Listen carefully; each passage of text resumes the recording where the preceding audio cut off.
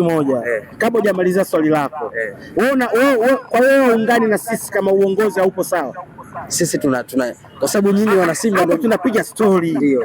Umeona? Ondoa taaluma yako ya uandishi wa habari. Tupige story, umeona? Tuwekane sawa kwenye swala la soka. Wewe haungani na sisi kama viongozi hawapo sawa? Kwa upande wangu mimi viongozi naona wanasajili, wanakamilisha kile ambacho kinahitajika ndani. Sawa, maana yake hapo uungani na sisi. Simba na misimu mingapi hapa ndani haifanyi vizuri? Misimu 4. Haisajili? Inasajili. Katika sajili wapo wachezaji wazuri, wapo wachezaji ambao sio wazuri, na wote wanawaleta viongozi, si ndio? Viongozi wa Simba wapo makini sana kwenye kupigania mikataba Simba ipate mahitaji ya kifedha, na tunaona juhudi zao, na kweli wadhamini wakubwa wanakuja wanawekeza, Simba inapata hela, si ndio? Kwa nini ndani ya miaka 4 Simba inashindwa kupigania hata msimu mmoja kumfunga Yanga? Acha ubingwa, hilo sio swala la viongozi. Lakini wao hilo sio swala la viongozi, ni swala la viongozi. La viongozi. Ukitaka kuamini hilo swala la viongozi, kwa nini viongozi wanatoka mbele kwenye upande wa mwekezaji na upande wa wanachama kwenda kuelezea msimu ulioisha tuliumaliza vipi kwenye squad yetu? Kama sio swala la uongozi, kama tulikuwa na majeraha wengi ndio maana tulifanya vibaya, tulikuwa na 1 2 3 ndio maana tulifanya hivi. Kwa nini kama sio swala lao? Kwa nini wasikae kimya? Wanawajibika katika ile hali. Wanawajibika kwa sababu gani? Ndio maana baadaye wanaenda kutoleana siri zao. Kwa hiyo kuna baadhi ya viongozi wanatoa siri za wenzao kwa kile ambacho. Sasa kama kiongozi anatoka mbele anakwambia matokeo mabovu ya mnyama, kuna baadhi ya viongozi wanafurahi. Hapo kuna nini kinaendelea? Hilo sio swala lao.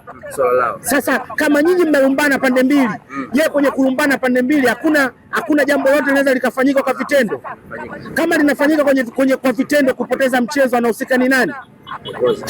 Sasa unasemaje kiongozi wa Simba? Kwa hiyo wana Simba nyinyi wenyewe mnawajua baadhi ya viongozi ambao wanafanya rudi nyuma. Chama alipoa kashfa gani hapa ndani? Kashfa nyingi. Aishi Manula alipoa kashfa gani hapa ndani? Nyingi sana. Enonga alipoa kashfa gani hapa ndani? Sio swala la viongozi. Sasa unasemaje viongozi hawana shida? Lakini kama mnafahamu viongozi ambao hizo kashfa mbona wanazozipandikiza kwa baadhi ya mashabiki kuzitoa hadharani, si ndio? Hizo kashfa ndio baadaye wao wanaenda kujifichia. Sio, unaelewa? Mtu fulani ndio katuharibia msimu huu kufanya vibaya, washaenda kujifichia. Huyo mtu msimu ujao wanamrudisha. Swala la nani? Viongozi. Viongozi. Brother, kuna vingi sana kwenye swala la uongozi. Tukiachana na hapo, lakini wana Simba nyinyi mnaonekana kama mnawajua. Leo hii tunaambiwa mheshimiwa kwenye upande wa mwekezaji kazima Simba hajasajili yeye, atoe hela usajili. Yule ni kiongozi, sio kiongozi. Swala la nani sasa? La kiongozi. La kiongozi. Sasa haya, kama usajili tumefanya msimu huu mbovu, maana yake kwa kiasi tulichokuwa nacho kidogo, yeye alikuwa na uwezo wa kutoa hela nyingi, tukasajili wachezaji wakubwa. Swala la nani? La viongozi. Sasa unasemaje uongozi? Kwa hiyo tatizo la kwanza la Simba lipo kwenye uongozi. Tatizo la kwanza la Simba lipo kwenye uongozi. Si mnawajua viongozi ambao wanawaangusha? Lakini si mnawajua viongozi ambao wanawaangusha? Lipo wazi. Lipo wazi. Ila shida kubwa sisi mashabiki tumegawanyika, ndio maana kilio kimoja. Lakini kama tungekuwa tunaungana, tungekuwa tunalia kilio kimoja. Yani kwa amani tu, wale viongozi wangekuwa tayari washajiuzulu. Mfano mdogo, wapo baadhi ya mashabiki wa Simba takriban misimu 3 au 4 iliyopita walihatarisha mpaka maisha yao na familia zao kwenda kuleta hamasa kwa mashabiki na wanachama. Baadhi ya viongozi wa Simba sio wazuri, watoke madarakani. Waliomba mpaka mchango kwa mashabiki wa Simba na wanachama wa Simba wanaoishi nje ya nchi kwenda kuleta hamasa kwenye mikoa mbalimbali, kwenda kuwakusanya mashabiki 1000 kwenda kufuata sheria ya Simba, kwenda kumtoa kiongozi madarakani. Umesahau iko kitu? Sasa hivi wapo kwenye upande wa nani? Au mashabiki wapo kwenye upande wa huyo kiongozi ambaye walikuwa wanahatarisha maisha yao kwenda kumtoa huyo kiongozi. Wamewasaliti. Niulize swali, sio jibu. Kwa hiyo kwamba ndani ya Simba kwamba kuna watu wanapuliza huko wanang'ata, yani wanang'ata huko wanapuliza. Niulize swali, sio jibu. Yaani shida yako wewe unaniuliza majibu. Kwa hiyo tukiachana na hilo bwana Miraji, wachezaji ambao umewaleta katika dirisha dogo, wakina Libase Gwe, wakina Asante Oura, ni wachezaji ambao mwanzoni walivyokuwa wanakuja kabla ya kutazama michezo hii, wachezaji ambao baadhi ya mashabiki kwamba Waligamba ni miongoni mwa wachezaji wazuri, na tumewashuhudia Libase Gwe katika ligi kuu ya NBC tayari ameshafunga, lakini tumeona hatari yake katika michuano ya ligi ya mabingwa barani Afrika. Na unawazungumzaje sajili hizi ambazo zimeingia dirisha dogo? Unajua, ukiangalia sajili tulizofanya dirisha kubwa na dirisha dogo, asilimia 90 sajili tulizozifanya ni sahihi kwa mahitaji ya mnyama. Ndio. Unaona? Ukiangalia katika upande wa mastreka ni sahihi mnyama kumchukua Soa kwa namba alizozionyesha, na Soa akaonekana kwenye mashindano ya kimataifa. Soa akaonekana na klabu ambayo haikufanya vizuri kwenye mashindano ya Champions League, ila yeye binafsi alifanya vizuri. Unaona? Akaja kutuonesha ipo tayari kwenye ligi yetu hapa ndani. Ilikuwa sahihi kuja unyamani na hakuna mtu aliyopinga, ukiacha tabia zake, lakini kiwango chake peke yake kilikuwa kinastahili kuja unyamani. Kama angalia Selemani Mwalimu, sisi tulimuona lakini hatukumuona kwenye ubora zaidi. Wydad walimuona, kacheza mashindano ya World Cup ngazi ya vilabu, sijui unaelewa. National team anacheza sahihi.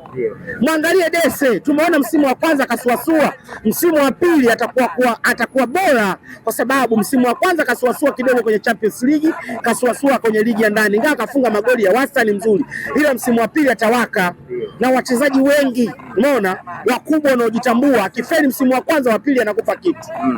Sio, unaelewa? Mbele tuna wanamume watatu, ukiangalia namba zao zote zipo tayari. Sio, unaelewa? Haya, nenda kaangalie kwenye upande wa kiungo. Mbona tumemchukua Kante akiwa tayari. Alassane Kante tumemchukua akiwa tayari. Mbona kaleta usaidizi kwa Yusuf Kagoma. Tumemchukua Nabi, tumemfanyia trial, yani tumejiridhisha huyu yupo tayari. Nenda kamwangalia Morris Abraham, kakaa unyamani pale kwenye trial takriban mwaka. Tunamchukua Maema anatoka Chani. Tunamchukua Lucien Deloki, ukiangalia namba zake zinatisha. Braza, unakimbia wapi hapo?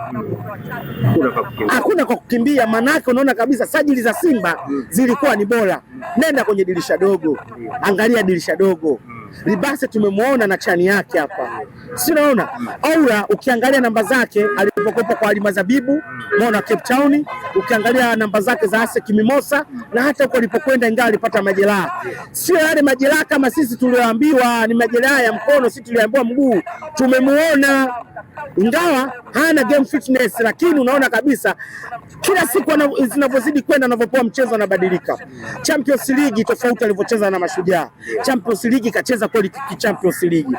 Lakini hao wachezaji ambao tunawasajili kila siku zinavyozidi kwenda wanaenda kuwa kama moto wa kifuu. Unawaka kwa spidi na unapungua kwa spidi. Maana yake unarudi pale pale kwa Soa. Mwangalie Soa.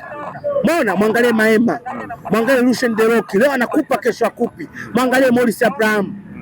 Mwangalie Mpanzu. Kwa hiyo If you're still